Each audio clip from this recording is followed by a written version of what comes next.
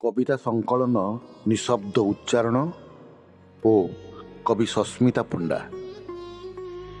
ତାଙ୍କର ଏକ ପ୍ରବନ୍ଧ କବିର ମିଛରେ ସୁଖ୍ୟାତ ଭାରତୀୟ କବି ରାଜେନ୍ଦ୍ର କିଶୋର ପଣ୍ଡା କହିଛନ୍ତି, କବିତା ଦରଦେଖା ସ୍ୱପ୍ନଗୁଡ଼ିକର ଅନୁପଲବ୍ଧ ତାତ୍ପର୍ଯ୍ୟକୁ ଧ୍ୱନିଦାନ କରେ, କେତେବେଳେ ଏକାକୀ ମଣିଷର ତ କେତେବେଳେ ବୃହତ୍ ସମାଜର।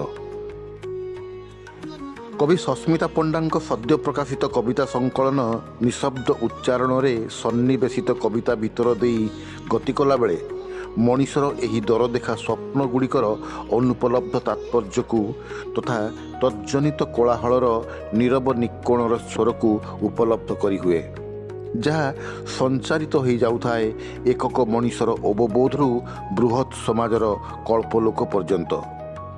ଯେମିତି ମୁଁ ଅଟକିଗଲି ଖଣ୍ଡେ କଳାମେଘ ପାଖରେ, କଥା ନୁହେଁ କାହାଣୀ ଲେଖିବାକୁ।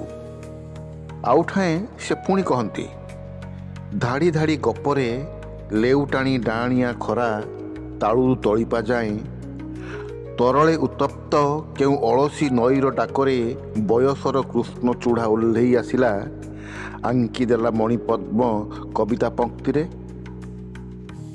କବି ସସ୍ମିତା ପଣ୍ଡାଙ୍କ ନିଶବ୍ଦ ଉଚ୍ଚାରଣର ପ୍ରାୟ କବିତାରେ ଏହି ଏକକ ଭିତରେ ସମଗ୍ରର ନାନ୍ଦନିକ ପଦପାତ ଓ ପାଦଶବ୍ଦ।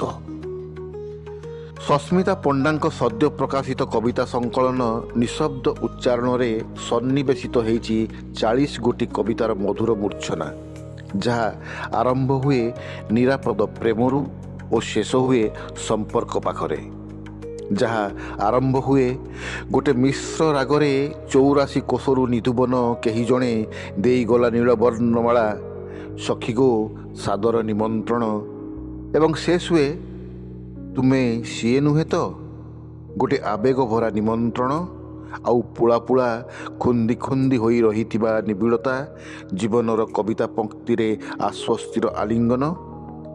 ଏଇ ବୋଧେ ସମ୍ପର୍କର ସତକଥା, ଏଇ ବୋଧେ ସମ୍ପର୍କର ସତକଥା। ହଁ, ଏଇ ବୋଧେ ସମ୍ପର୍କର ଶେଷ କଥା ବି।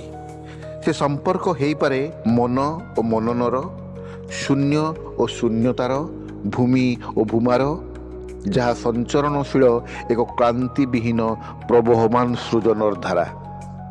କବି ରାଜେନ୍ଦ୍ର କିଶୋର ପଣ୍ଡା ଏହି ଉପଲବ୍ଧି ଉପରେ ତାଙ୍କର ସେହି ପ୍ରବନ୍ଧରେ ହିଁ କହିଛନ୍ତି, କବିତା ବେଳେବେଳେ ଊର୍ଦ୍ଧ୍ୱରୁ ଝରିପଡ଼େ ଦୁମୁକାଣିରେ, ବେଳେବେଳେ ଭୂଗର୍ଭରୁ ଉଦ୍ଗତ ହୁଏ ଏବଂ ଏହିପରି ଭାବରେ ଭୂମାର ସର୍ବୋଚ୍ଚ ବିନ୍ଦୁ ସହିତ ଭୂମିର ସର୍ବନିମ୍ନ ବିନ୍ଦୁର ସଂଯୋଗ ସ୍ଥାପନ କରେ। ପ୍ରବନ୍ଧ କବିର ମିଛ। କହିବାର କଥା, କବିତା ଭୂମି ଓ ଭୂମା ଭିତରେ ଏକ ଆବେଗିକ ସମ୍ପର୍କର ସ୍ଥାପନା କରେ, ଯେଉଁ କଥାକୁ ଆଉ ଟିକେ ସରଳ ଛନ୍ଦରେ କହିଛନ୍ତି ଆମ ସମୟର ବରିଷ୍ଠ କବି ବିପିନ ନାୟକ। ସୃଜନ ଏକ ସାମୟିକ ଧରାବତରଣ ବା ଭୂମିସ୍ପର୍ଶ, ଏକ ପ୍ରତ୍ୟାବର୍ତ୍ତନ ଭୂମାରୁ ଭୂମିକୁ ଏବଂ ଭୂମିରୁ ଭୂମାକୁ।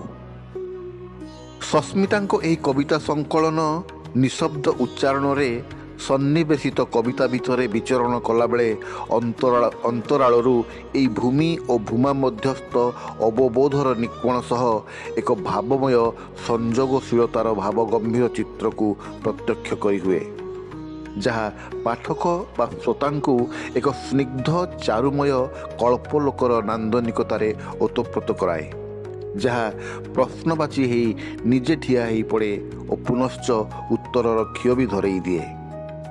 ଯଦି ପ୍ରଶ୍ନଟିଏ ପଚାରେ, ଅପେକ୍ଷା କରିବି ସେଇଠି ଅଣଦେଖା ନିଶ୍ୱାସ ପ୍ରଶ୍ୱାସର ବିଶ୍ୱାସରେ, ବିଶ୍ୱାସର ଦାରୁ ଦିଅନ୍ତ ଏବେ ଅଣସର ଘରେ, ଫେରାଇ ନେଉଛି ପ୍ରଶ୍ନ। କବିତା ଏମିତି କିଛି ପ୍ରଶ୍ନ। ସେଇଠି ସେ ପୁନଶ୍ଚ କହନ୍ତି, ନିରବଚ୍ଛିନ୍ନ ସାଧନାରେ ତୁମେ ମହାଯୋଗୀ ଆଉ ମୁଁ ପ୍ରଶ୍ନ ବୁଝିଥିବା ହଳେ ନିରୀହ ଆଖି। କି ପ୍ରଚଣ୍ଡ ଅଭିମାନ, କି ପ୍ରଚଣ୍ଡ ଅଭିମାନ! ସେହି ଆବଦ୍ଧ ଅଭିମାନର ଗୁମ୍ଫନରେ ବତୁରି ଯାଇଥିବା ଏହି ପ୍ରଶ୍ନ କ'ଣ ଭୂମାର ସର୍ବୋଚ୍ଚ ବିନ୍ଦୁ ସହ ଭୂମିର ସର୍ବନିମ୍ନ ବିନ୍ଦୁର ସଂଯୋଗ ସ୍ଥାପନ କରୁନାହିଁ କି? ଏହି ଭାବମୟତାର ଇସ୍ତାହାର କ'ଣ ସଧିରେ ପ୍ରସରି ଯାଉନାହିଁ କି ଭୂମିରୁ ଭୂମା ଯାଏଁ, ପୁଣି ଭୂମାରୁ ଭୂମି ଯାଏଁ? ସେମିତି ତାଙ୍କର ଇସ୍ତାହାର କବିତା, ମୁଁ କେଉଁ ଅର୍ଜନ କରିଛି ଯେ ଏତେ ବଡ଼ ଭାଗ୍ୟ, ବୁଝିପାରିବି ତୁମ ନୀରବତାକୁ, କେଉଁ ପୁଣ୍ୟ ଅଛି ଯେ ତଲ୍ଲୀନ କରିନେବି ତୁମ ଆପେକ୍ଷିକ ତତ୍ତ୍ୱକୁ। ପୁଣି ଉନ୍ମୁଖ ହୋଇ ଉଠେ କବିତାର ସ୍ୱର, ମୋତେ କେବେ ପଚାର ନା ଆକାଶର ନୀଳ ଆଖି କାହିଁକି ଭଲ ଲାଗିଲା, ଟିକି ପାପୁଲିରେ ମେଘ ଧରିବାକୁ ଇଚ୍ଛା କେତେବେଳେ ହେଲା। କବିତା କାରଣ ଖୋଜିବନି ଆଉ। ତାଙ୍କର ଆଉ ଏକ କବିତା ତୁମ ଆଖିରେର ଏଇ ପଙ୍କ୍ତିଟିରେ ବି କବିତାର ଅବବୋଧ କେତେ ତୀକ୍ଷ୍ଣ ଅଥଚ ସ୍ନିଗ୍ଧ ଓ ସାବଲୀଳ ରହସ୍ୟ ମାଧୁର୍ଯ୍ୟରେ ଛଳଛଳ। ଯେଉଁଠି ସଞ୍ଜ ଝୁଣ୍ଟି ପଡ଼େ ବାରମ୍ବାର ନୀଳ ନଦୀ ମୁହାଣରେ, ଯେଉଁଠି ସଞ୍ଜ ଝୁଣ୍ଟି ପଡ଼େ ବାରମ୍ବାର ନୀଳ ନଦୀ ମୁହାଣରେ, ରାତିର ଜହ୍ନ ପିଇଯାଏ ଜହର, ବେହୋସ ହୁଏ ସକାଳ, ମୁଁ ସେଠି ପରାସ୍ତ ଅୟୁତବାର, ମୁଁ ସେଠି ପରାସ୍ତ ଅୟୁତବାର। କହିବା ବାହୁଲ୍ୟ, କଳ୍ପନା ପ୍ରବଣ ସୃଜନଶୀଳ ମଣିଷ ତାର ଚେତନ ସ୍ତରରେ ଯାହା ଯାହାକୁ ସେ ଛୁଇଁ ପାରେନି, ଯାହା ଯାହା ସେ ଅପହଞ୍ଚ ବୋଲି ଭାବେ ଓ ଜାଣେ, ସେ ସବୁକୁ ସେ ସ୍ପର୍ଶ କରେ ଓ ଭୋଗେ ତାର ଅବଚେତନ ସ୍ତରରେ ସେ ନିଚିପର କରି ନିର୍ମାଣ କରିଥିବା ତାର ଏକାନ୍ତ ନିଜସ୍ୱ କଳ୍ପ ପୃଥିବୀରେ। କବି ତେଣୁ ପୁସ୍ତକର ମୁଖବନ୍ଧରେ ନିଜେ ସ୍ୱୀକାର କରିଛନ୍ତି, ବିପୁଳ ପୃଥ୍ୱୀରେ ମଣିଷର ଅପ୍ରମିତ ଲୋଭ ସହ ବିଫଳତାର ଫେଣ୍ଟା ଫେଣ୍ଟି ପରିଣତିରେ କଳ୍ପନା ଗୋଟିଏ ଆଶ୍ୱାସନାର ବାଟ। ସ୍ଥାନ କାଳ ପାତ୍ରର ଅବସ୍ଥାନ ଗୋଟିଏ ସୃଜନକୁ ଭିନ୍ନ ରୂପ ଦିଏ। ସେ ପୁଣି କହନ୍ତି, ଚନ୍ଦ୍ରର ଚୋକର, ଚାତକ, ମେଘ, ରାଧାକୃଷ୍ଣଙ୍କ ସମ୍ପର୍କ କେତେ ମିଛ କେତେ ସତ ଅବା କଳ୍ପନା ସେ ଭିନ୍ନ କଥା, କିନ୍ତୁ ଏହି କଳ୍ପନାର ମୀନା କରା ପ୍ରବଣତା ଏହି ବ୍ରହ୍ମାଣ୍ଡର ଲାବଣ୍ୟକୁ ମନ୍ତ୍ରମୁଗ୍ଧ କରିଛି। ନିଶବ୍ଦ ଉଚ୍ଚାରଣ କବିତା ସଂକଳନ ସବୁ ବର୍ଗର ପାଠକଙ୍କୁ ଛୁଇଁବ ଓ ଅଭିଭୂତ କରିବ। କବିତା ଭିତରେ ସମାନ୍ତରାଳ ଭାବରେ ଅନୁଭବ୍ୟ ସାଙ୍ଗୀତିକତା ପାଇଁ, ଯାହା ସିଧାସଳଖ ନୁହେଁ ବରଂ ନେପଥ୍ୟରୁ ଶୁଭୁଥାଏ ଗୋଟେ ଏକୁଟିଆ ନଈର କୂଳେ କୂଳେ ଗୀତ ଗାଇ ବୁଲୁଥିବା ଏକଲା ପବନର ଆଲୁଳାୟିତ ମିଠା ସ୍ୱର ପରି। ପଞ୍ଚଦଶ ଶତାବ୍ଦୀର ସୁଖ୍ୟାତ ଓଡ଼ିଆ ବୈୟାକରଣିକ ପଣ୍ଡିତ ବିଶ୍ୱନାଥ ମହାପାତ୍ରଙ୍କ କବିତାକୁ ନେଇ କହିଥିବା ଉକ୍ତି ବାକ୍ୟମ୍ ରସାତ୍ମକମ୍ କାବ୍ୟମ୍ ଏହି ସଂକଳନର କବିତା ଗୁଡ଼ିକୁ ଏକ ଉଚ୍ଚ ସ୍ୱାଦର ମାନ୍ୟତା ଦିଏ ବୋଲି କହିବା ନିଷ୍ପ୍ରୟୋଜନ। ସଂକଳିତ କବିତା ଗୁଡ଼ିକରେ କବି ତୋଳିଛନ୍ତି ଯେଉଁ ବିମ୍ବ, ପ୍ରତୀକ ଓ ଚିତ୍ରକଳ୍ପ, ତାହା ଅନେକ ସ୍ଥାନରେ ଖୁବ୍ ନୂଆ ଓ ଖୁବ୍ ସ୍ପର୍ଶକାତର, ଯାହା କବିତା ଗୁଡ଼ିକୁ ଏକ ବିସ୍ତୀର୍ଣ୍ଣ କାନଭାସ୍ ଦେବା ସହିତ କବିତାକୁ ସ୍ୱକୀୟ ଆବେଦନରେ ଠିଆ ହୋଇପାରିବାର ସାମର୍ଥ୍ୟ ଯୋଗାଏ।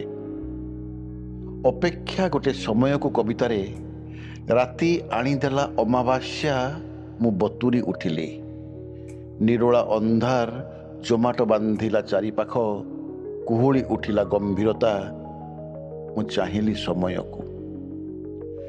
ଆଉ ଏକ କବିତା ଶୀତ ଝୁଲେ ଧାନ କେଣ୍ଡାରେ, ଶୀତ ଝୁଲେ ଧାନ କେଣ୍ଡାରେ ରଘୁଦାଦାଙ୍କ ଦା ବେଣ୍ଟରେ, ଅଧପେଟ ନାଲିଚା ଆଉ କମରଲି ବିଡ଼ିର ଶେଷ ଢୋକରେ।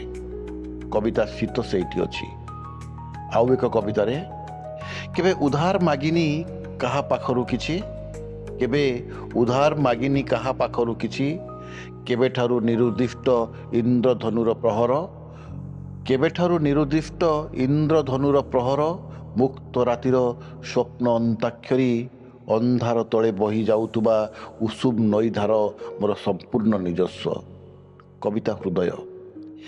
ଏଇଭଳି ସୌଖିନ ଓ କଳାତ୍ମକ ଚିତ୍ର ଓ ବିମ୍ବ ପ୍ରାୟ ପ୍ରତ୍ୟେକ କବିତାରେ ରହିଛି।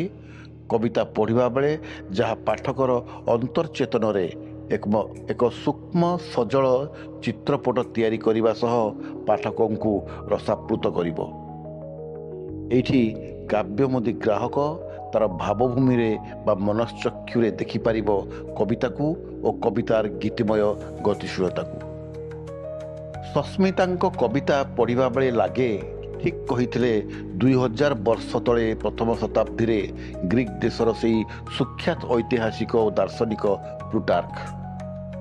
Painting is a silent poetry and poetry is painting that speaks. କହିବାରେ ଦ୍ୱିଧା ନାହିଁ ଯେ ନିଶବ୍ଦ ଉଚ୍ଚାରଣ କବିତା ସଂକଳନଟିରେ ବେଶ କିଛି ସୁଖପାଠ୍ୟ କବିତା ରହିଛି, ଯାହା ରହସ୍ୟ ମଧୁର ସାଙ୍ଗୀତିକତାର ସୌନ୍ଦର୍ଯ୍ୟରେ ଆପ୍ଲୁତ କରିବ ପାଠକର କାବ୍ୟିକ ଚେତନା ଓ ଅବବୋଧକୁ। ଧନ୍ୟବାଦ।